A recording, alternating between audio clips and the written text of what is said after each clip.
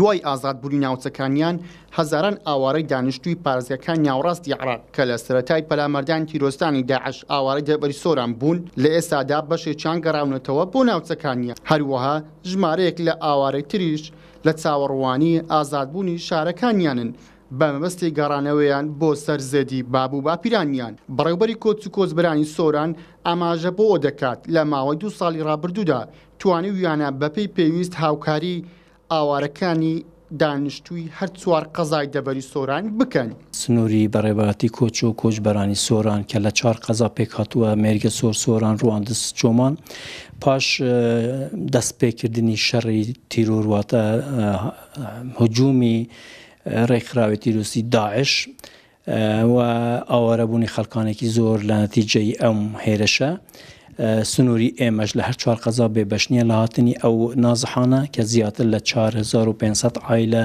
نیشتەجێی ئەو 4 قەزا بوون. زۆرتریان لە مەرکەزی شاری سۆران بوون، لە خەلیفان نێزیکەی 850 عایلە، لە قەزای ڕواندز نێزیکەی 650 عایلە، هەر ئێستاش بوونیان هەیە لە چۆمانی 124 عایلە، لە مێرگە سۆری زیاتر لە 120 عایلە و باقی زیاتریش لە 2500 عایلەش لە سنتری سۆران ئێستا بوونیان هەیە.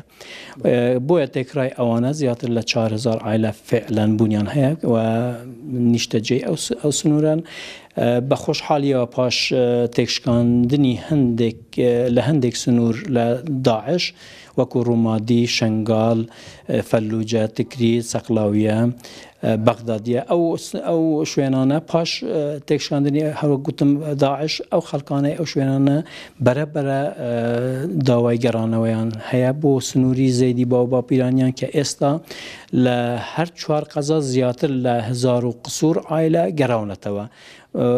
گوە گەڕانەوەش بەردەوامی ڕۆژانە ئێمە شاهدی ئەوەین کە خەڵکانە سەردارمان دەکەن، بەڵام بە حەزەرەوە سەردارمان دەکەن بۆ ئەوەی بگەڕێنەوە زەیدی باو باپیرانەوە کارە ساتەکانی پێشتری ڕژیمی بەحس لەسەر خەڵکی هەرێمی کوردستان زۆر بە وزوحی ئێستا بەدی دەکرێت.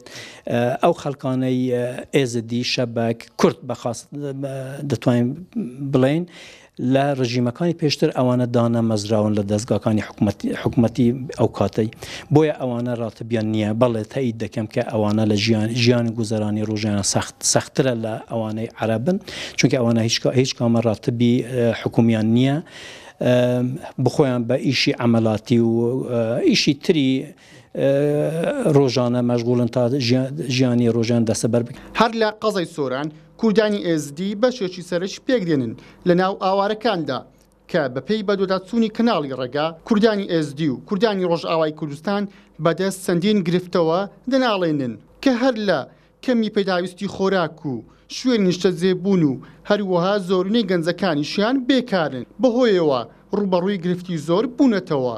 هەرچی ئاوارەکانی دانیشتووی پارێزگاکانی ناوەڕاستی عێراقیشن بە شێوەیەکی ئاسایی لە ناو شارەکانی سۆران و ڕەوانز و چۆمان و مێرگە سۆر دەژین و خانوویان بەکرێگرتووە. ئەمەش لە کاتێکدایە لە ماوەی چەند مانجی ڕابردوودا بەرپرسانی سۆران چەند جارێک ڕایانگەیاند کە حکوومەتی عێراق و ڕێکخراوەکان جیاوازی دەکەن لە هاوکاری و پێدانی خۆراک و پێداویستی بەسەر ئاوارەکاندا. زاری ئیبراهیم، کەناڵی ڕێگا، سۆران.